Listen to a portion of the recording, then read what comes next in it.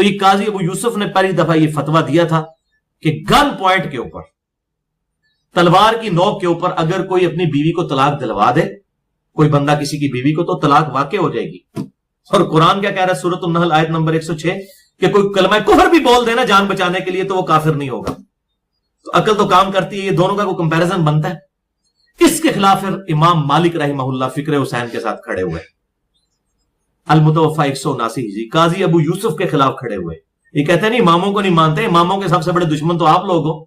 امام مالک کو کوڑے آپ لوگوں نے لگوائے ہیں، قاضی ابو یوسف نے لگوائے ہیں کوڑے، اور اتنے کوڑے لگوائے کہ ان کے یہ شولڈر ٹوٹ گئے، یعنی وہ اپنی تہمت بھی نہیں باندھ سکتے تھے۔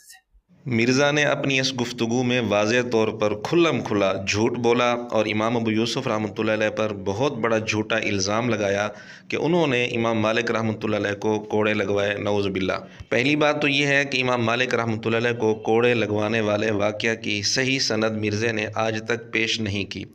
دوسری بات یہ ہے کہ جو کچھ کتابوں میں لکھا ہے صحیح سند کے بغیر، اس میں بھی صرف اتنی بات ہے کہ مدینہ کا ایک حاکم تھا، اس نے کوڑے لگوائے تھے، اور جب یہ واقعہ پیش آیا تھا اس وقت امام ابو یوسف رحمۃ اللہ علیہ قاضی بنے ہی نہیں تھے سرے سے۔ اس لیے یہ امام ابو یوسف رحمۃ اللہ علیہ پر بہت بڑا الزام اس نے لگایا کہ جی انہوں نے فتویٰ دیا، امام مالک ان کے فتوے کے خلاف کھڑے ہوئے، پھر امام ابو یوسف نے ان کو کوڑے لگوائے۔ یہ سراسر مرزا نے ایک جھوٹی کہانی گھڑ کر اپنے شاگردوں کو سنائی، اور مرزا کا اپنا فتویٰ موجود ہے کہ جو آدمی کسی پر جھوٹا الزام لگاتا ہے وہ اسلام سے فارغ ہو جاتا ہے اور اس کو 80 کوڑے لگنے چاہیے۔ رہ گئے ان کو میری طرف سے آپ نے یہ میسج دینا ہے کہ آپ کے علماء اور آپ کا فرقہ اس کے گمراہ ہونے کے لیے یہی کافی ہے کہ آپ لوگ اسلام کے راستے کو چھوڑ چکے ہیں، کہ آپ لوگ جھوٹے الزامات لگاتے ہیں۔ اسلام اور جھوٹ اکٹھا نہیں چل سکتا۔ نبی اسلام نے فرمایا تھا کہ مومن زنا بھی کر سکتا ہے، مومن چوری بھی کر سکتا ہے نفس سے مغلوب ہو کے، مومن جھوٹ نہیں بول سکتا۔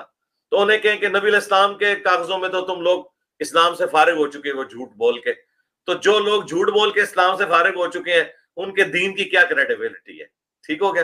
تو مرزا اپنے ہی فتوے کے مطابق حضور علیہ الصلوۃ والسلام کے کاغذات میں اسلام سے فارغ ہو چکا ہے، کیونکہ اس نے صرف ایک جھوٹا الزام نہیں بے شمار جھوٹے الزامات لگائے ہیں صحابہ پر اور اولیاء پر، ائمہ فقہا پر، جس کا ایک نمونہ آپ کے سامنے پیش کیا گیا ہے۔